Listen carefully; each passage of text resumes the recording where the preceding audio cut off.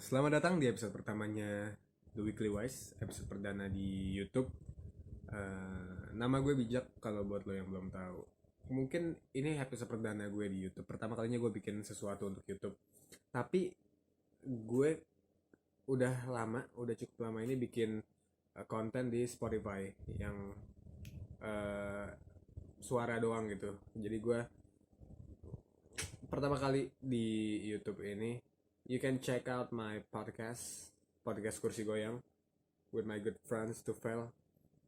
It's lit, you gotta check it out. But akhirnya gue memutuskan kayaknya nyobain bikin YouTube gitu kali ya, biar kayak orang-orang. Tadinya gue sebenarnya anti banget, kayak males karena semua orang udah bikin YouTube, semua artis sekarang bikin YouTube.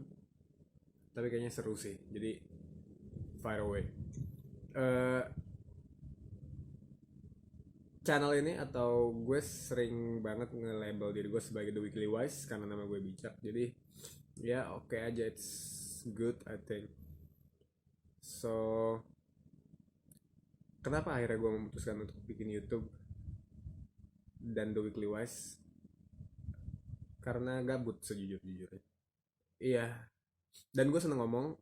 It's pandemic, it's awful man, kita nggak bisa ketemu siapa-siapa. Gue juga nggak banyak ngobrol sama siapa-siapa, padahal gue seneng ngobrol, gue seneng ngomong. So I'm letting a steam out lah, gue ngeluarin apa yang ada di pikiran gue gitu. Kedua, sebenarnya ini masuk ke konten kita hari ini. Gue mau bikin sebuah review buku. Sebenarnya bukan review, karena kalau review kan mungkin gue apa ya, menimbang-nimbang isinya gitu ya, rekomend atau enggak. Ini gue mau bikin sebuah apa yang gue pelajari sebenarnya ketika gue baca buku ini. Kenapa gue konten pertama gue ini buku, nge-review buku?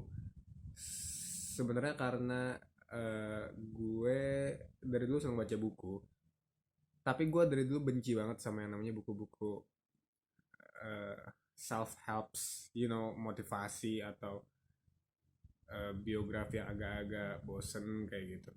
Nah, tapi gue tahu juga itu penting kan sebenarnya. Jadi gue pengen coba ngedorong diri gue untuk ngebaca macam-macam buku lagi, lebih sering, lebih intens, dengan salah satunya bikin ini. Dan gue lagi ngecoba ngedorong proses belajar gue gitu loh. I'm taking my learning process to next level. Kan lo tahu pasti lo pernah baca buku, terus kayaknya setelah berapa lama, 2 bulan 3 bulan, yang lo inget cuman ya sepatah dua patah kata, satu fakta dua fakta, atau berapa pemikiran yang lo inget.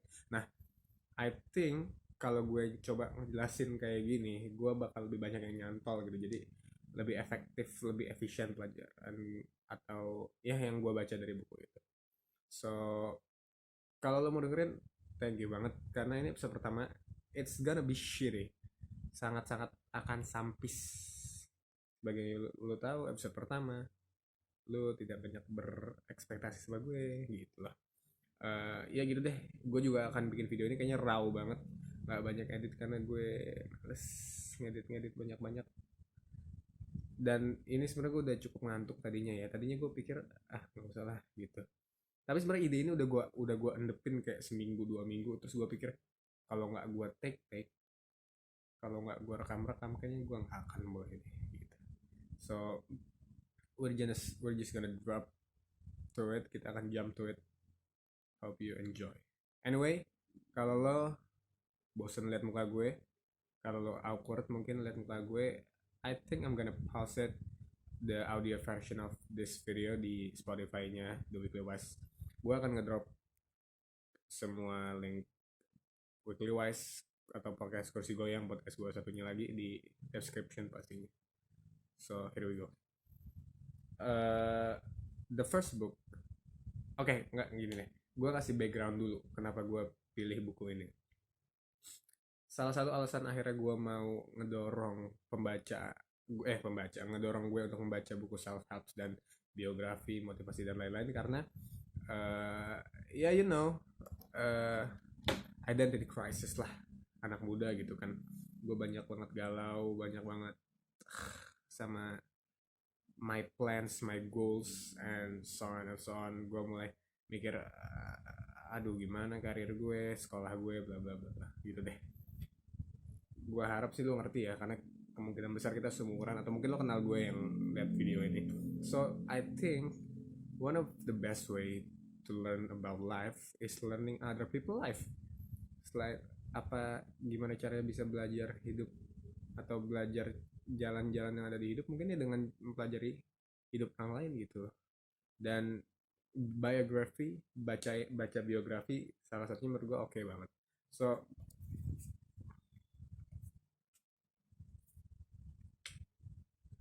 Mr. Hairul Tanjung, you might know this, you might not know this. Pokoknya lo bisa lihat ini, gue nggak tahu ya, kayaknya bakal ke mirror atau gimana. Pokoknya ya nanti lo searching Hairul Tanjung, si anak singkong. Gue akan mulai ngerant aja yang ngomong dari sini. Gue nggak terlalu nggak terlalu terstruktur gitu loh. Eh, buku ini pertama kali gue dapet sebenarnya udah lama banget, kayaknya pas gue SD. Buku ini sebenarnya terbitan 2012, which is 8 tahun lalu, udah lumayan lama. Diluncurkan untuk ulang tahun ke-50-nya Pak CT Hairul Tanjung. Gue selanjutnya akan bilang Pak CT aja gitu ya. Kalau ada satu orang yang menurut gue bisa merepresentasikan Indonesian Dreams, sebagaimana orang Amerika sangat-sangat bangga dengan American Dreams-nya, where you can be anything, you can do anything in America. Kalau ada satu orang yang bisa merepresentasi Indonesian Dreams, gue rasa orang itu adalah Hairul Tanjung. I'm gonna break it down, gue akan jelasin nantinya. Sekali lagi, gue dapat buku ini udah lama banget dari bokap gue. Gue bener baca ini waktu itu masih kecil banget, kelas 5, 6 SD atau 1 SMP kayak gitu. Terus gue baca, udah nggak, gue lupa dong. Setelah itu baru gue baca lagi beberapa hari yang lalu, seminggu yang lalu gue baru baru baca lagi. Dan sebagaimana konten ini gue bilang tadi, gue akan kasih tahu lo apa yang akhirnya gue pelajarin dari buku ini, dari hidupnya Pak Cet yang ditulis di buku ini.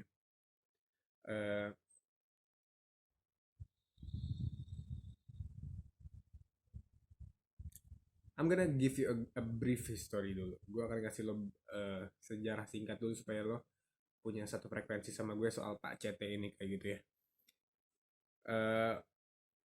Pak CT ini salah satu konglomerat businessman lah, pastinya dia businessman di Indonesia yang crazy big, yang gede banget.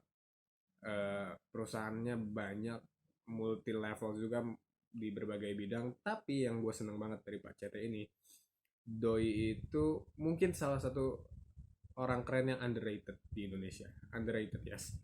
Uh, Ketika gue baca buku ini, dan memang betul dia mengakui bahwa dia nggak suka publikasi, dia nggak masuk politik, dia nggak suka publikasi. Dan menurut gue itu sangat sangat sangat keren, mengingat mengingat skalanya beliau gitu loh, yang sangat sangat besar. Mungkin gampang untuk dia masuk ke politik, atau dia nyari layar, nyari tempat gitu loh, nyari publikasi. Tapi dia bilang bahwa gue nggak suka, I'm a businessman, I do what I do gitu loh sebagai businessman. Dan gue selalu punya tempat di hati gue ngefans buat orang-orang yang underground gitu loh, ngerti gak sih? Kayak buat orang-orang yang powerful, powerful bahasanya, tangannya kemana-mana, menggurita kemana-mana, tapi dia low key, dan itu keren.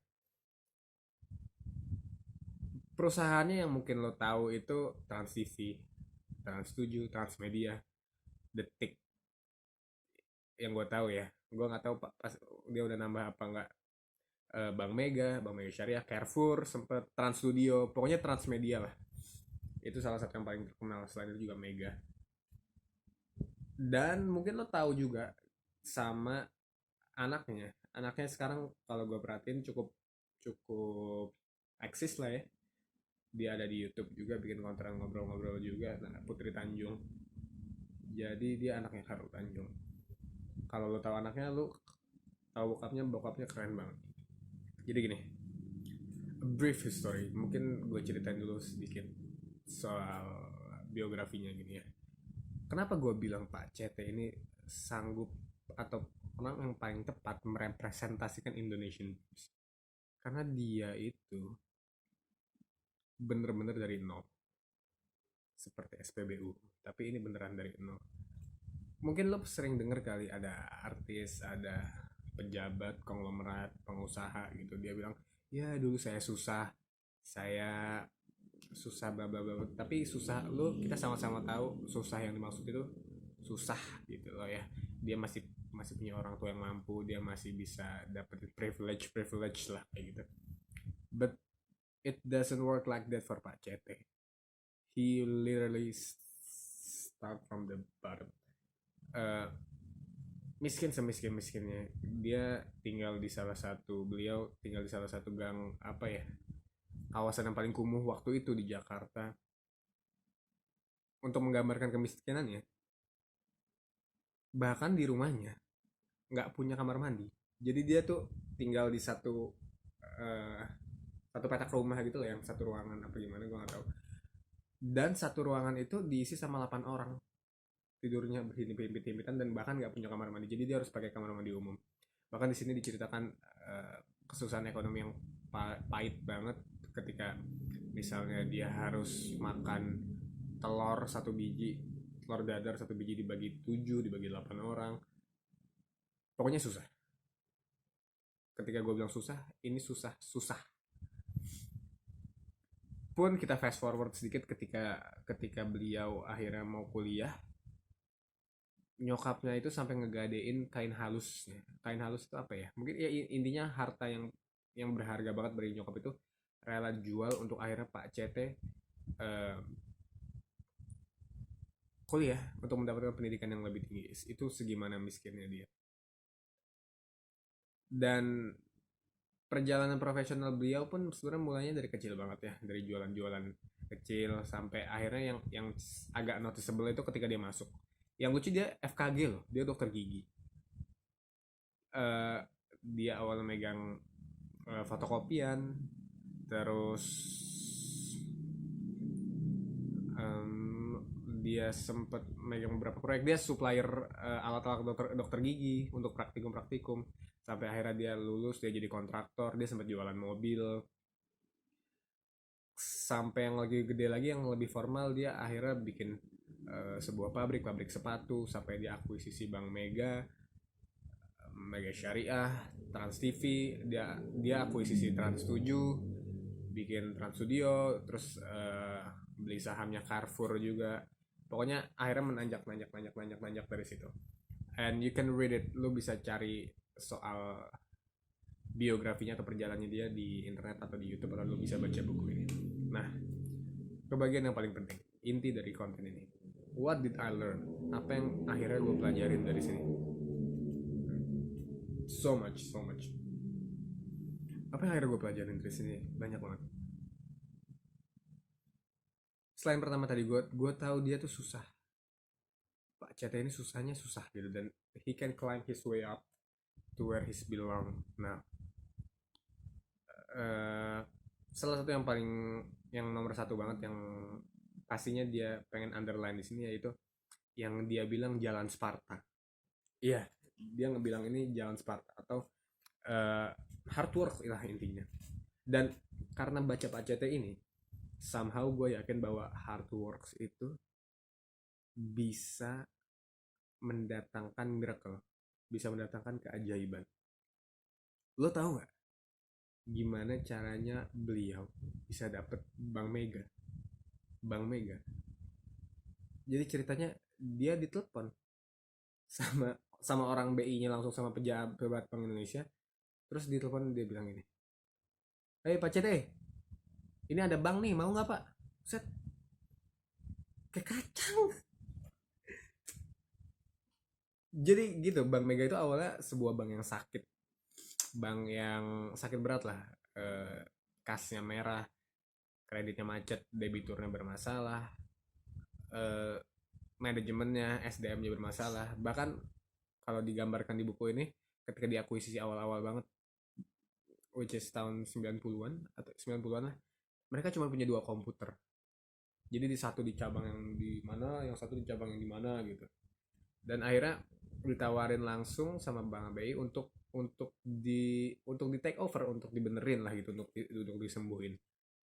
Dan akhirnya beliau sembuhin. Jadi Bang Mega sekarang. I'm gonna go more on this nantinya. Kedua, apa awal mulanya Trans TV? Trans TV sama persis awalnya beliau ditelepon, dibilang sama salah satu bank, eh iya Bang Eksim, Pak CT ini ada jaminan hutang lah gitu pokoknya ya, jaminan kredit satu gedung yang isinya ada alat-alat TV, yang isinya ada kamera, ada mungkin mixer atau alat-alat studio kayak gitulah. Dari hal kayak gitu sampai akhirnya beliau jadikan Trans TV, Transmedia, bukan bukan satu doang loh ya. Ada Trans TV, Trans 7, ada Detik, dan jadi satu media yang produktif gitu loh pada masanya. Bisa menghasilkan konten-konten yang pada masanya, gue bilang sekali lagi pada masanya ya. Karena kalau kalau kita bawa ke konteks sekarang terlalu jauh, terlalu besar skalanya gitu. Ada banyak saingan yang gak kalah keren juga. Pada masanya Trans TV keren banget loh. Ada Extravaganza kalau lo inget, ada macam-macam acara yang waktu itu juga keren banget. Di Trans 7 ada OVJ, Legend, Unyil, Bolang, Otan, so freaking cool. Terus jadinya kenapa bisa ada miracle yang kayak gitu? Ini kan kayaknya ajaib gitu ya.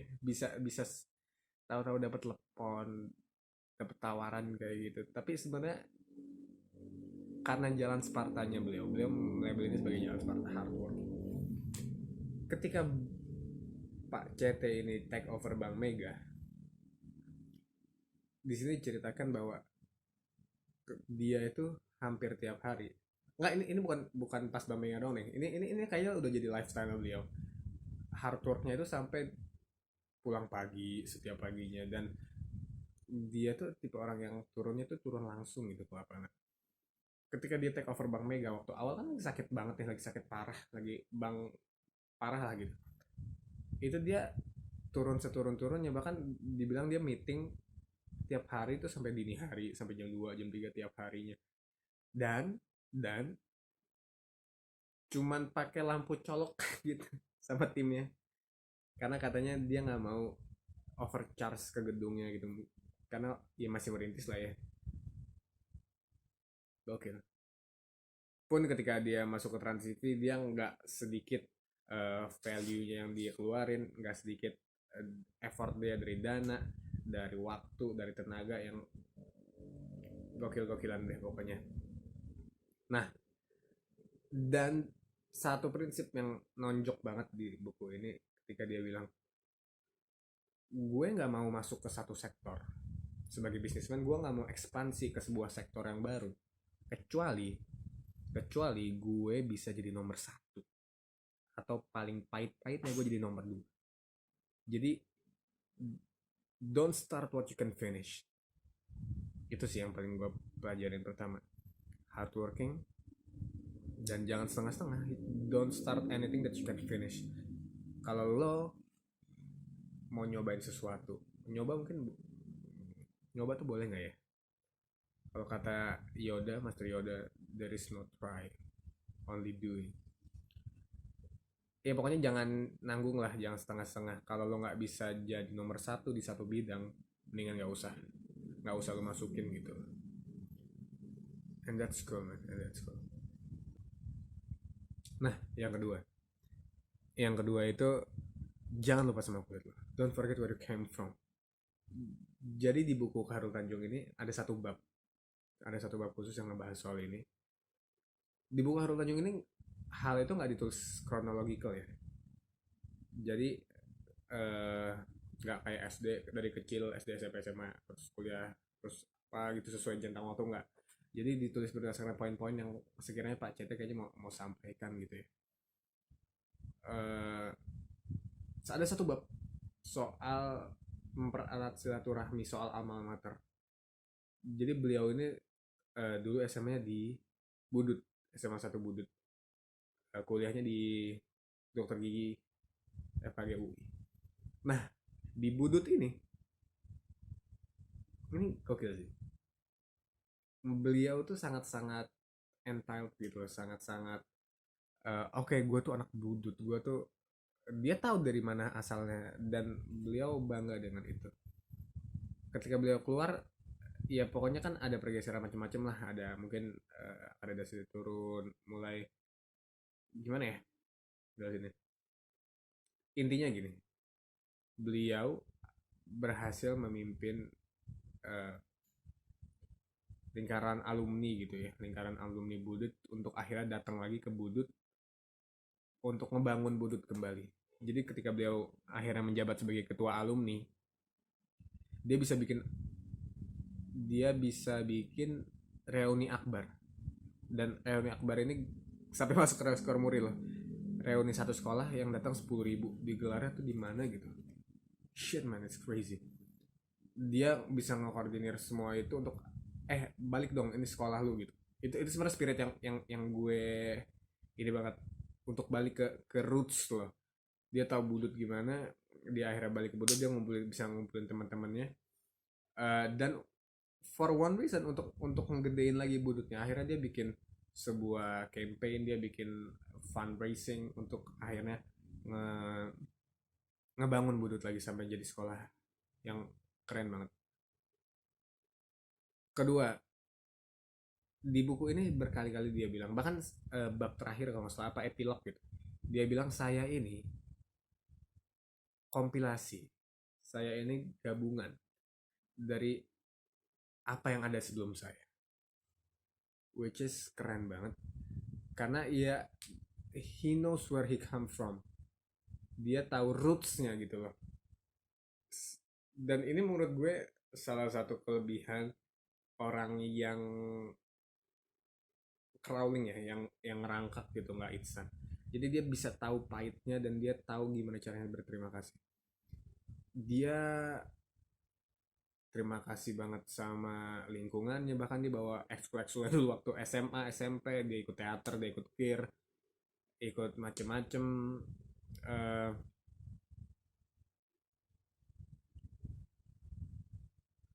dia datengin gurunya dari Budut, jadi ketika udah jadi tajir, udah jadi konglomerat, doi ngedatengin lagi guru-gurunya dari berbagai macam pelosok-pelosok gitu kan, udah nyebar ya, didatengin lagi ke Menara Mega, terus kayak, man thank you, gue dulu murid lo, kayak it, shit, what gitu. Gue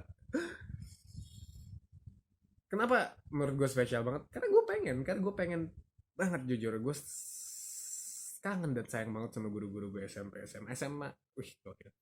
And I hope I can thank them one day properly, dan gue bisa memuliakan mereka, orang tua gue, sahabat-sahabat gue. I hope I can be there to thank them personally. Gue berharap bisa berterima kasih ke mereka secara pribadi. Gue bisa bantu apapun yang mereka bisa, yang mereka mau gitu loh. Jadi gitu, itu yang inspirasi banget buat gue untuk kembali lagi ke akar gue gitu. Ketiga, btw gue udah sempet sketch sedikit, nggak banyak, nggak nge-script sih, makanya raw banget gue ngomong sebenarnya, suka kesendet-sendet gitu. Minum dulu kayak gini, ngomong mulu gue.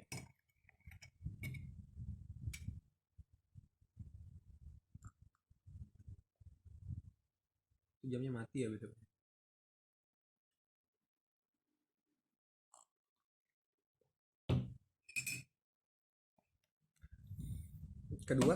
Ketiga, beliau ini nasionalis garis keras menurut gue, dan nggak sembarang nasionalis. Kenapa? Ini berhubungan sama jalan ke poin keempat yang nanti gue mau bahas. Pak Khairul ini dari dulu aktivismenya gila, apa ya, willing to help lah gitu ya, atau social responsibility-nya tuh gede banget. Nggak satu dua kali beliau terjun langsung ke poin-poin kritis, ketika gue bilang terjun langsung, ini bukan kayak tipikal orang kaya lah ya, yang delegasi gitu. Oke, gue ngasih ini ke lo nih gitu, atau kerja ini gitu. Nggak, beliau in charge langsung sama beberapa hal. Eh, tsunami Aceh, membangun lagi tsunami Aceh, ke bahkan dari sedikit dari kampus beliau ini aktivis mahasiswa pada waktu itu reformasi, penyakit thalassemia, dan terlebih lagi kebangsaan sih. Beberapa kali beliau ini dipercaya langsung dan megang beberapa event, beberapa seremonial yang gede banget kayak konser atau penggalangan dana yang skalanya nasional dan melibatkan berbagai macam ini. Dan yang ini yang keren. Kenapa bisa kayak gitu? Selain ketika karena beliau total tadi, salah satu dampak kerja keras yang gue bisa baca adalah beliau ini kayaknya bisa bisa dibilang jadi salah satu andalan kali ya dari orang-orang besar. Kalau nah ini juga seneng banget nih. Aduh, sorry nih gue jadi gimana ya, excited gitu. Ketika lu baca buku ini, lu akan ngelihat kayak inside worldnya, dunia dalamnya Pak CT gitu. Bahkan ketika dia berhubungan sama orang-orang besar gitu, bagaimana dia akhirnya kontak tektokan sama presiden sama menteri, ya businessman, as a businessman lah, yang bisa ngebantu gitu. Tadi gue nyampe mana ya? Dan beliau nasionalis gitu loh. Tapi nasionalisnya ini ke poin keempat yang menurut gue juga paling penting. Dia tahu bagaimana cara menyalurkan nasionalismenya. Dia nggak mengobrol merah putih tok gitu, nggak mengobrol teriak-teriak, nggak ke politik, which is a great deal nowadays. Ketika orang kaya bisa kayak gitu, itu karena kayaknya terlalu banyak orang yang masuk ke politik. Nggak, ini opini sih. Jadi ketika beliau nggak masuk ke politik, beliau tahu bagaimana caranya membantu, beliau tahu bagaimana caranya menyalurkan apa yang dia punya. Dia punya duit, dia punya knowledge, dia punya power, dia tahu bagaimana cara untuk uh, actually helping dengan program-programnya dia. Jadi kurang lebih itu sih apa yang bisa gue pelajarin dari buku ini. Sebenarnya buku ini tuh unik karena gue baca beberapa biografi dan biografi ini unik. Gue nggak tahu ya, gue bukan ahli review dan ini bukan review ya. Gue wanti-wanti kalau gue ini bukan review, ini apa yang gue pelajari, apa yang gue pelajari dari buku ini. Buku ini sebenarnya nggak formal menurut gue kalau gue baca ya. Nggak kayak gue baca buku biografi yang hot gitu. Ketika gue baca buku ini, itu seperti gue diceritain sama kakek gue atau sama ayah gue atau sama orang tua gue tentang masa mudanya dulu gitu. Lo tau gak sih? Ya kayak mereka ngedongeng gitu. Dan ada detail-detail kecil yang kayak detail banget, lucu gitu. Bahkan Pak Cete ini di bukunya ini nyebutin alamatnya lengkap, terus apa ya, nama-nama temennya lengkap gitu. Jadi yes, persis seperti ketika kakek lu cerita gitu. Dia bisa tahu-tahu serius, bisa melantun-lantun gitu. Ada satu lagi poin yang keren banget menurut gue di struktural ekonomi. Beliau kan businessman lah ya, dia tahu jalannya ekonomi, finance, dia ada di business finance juga. Sekali lagi dia memilih cara yang sangat-sangat eksklusif menurut gue untuk membantu ekonomi. Dia merumuskan visi Indonesia 2030 dan dia udah cukup aware sama yang namanya man-made poverty. Jadi bahwa kemiskinan itu ada di tingkat sistem gitu, ada di tingkat struktural. Yang miskin akan makin miskin, yang kaya akan makin kaya, itu sebenarnya bisa dibilang bener. I'm not gonna go too far on this, gue belum banyak tahu, tapi dia sempat bilang di sini adanya man-made poverty.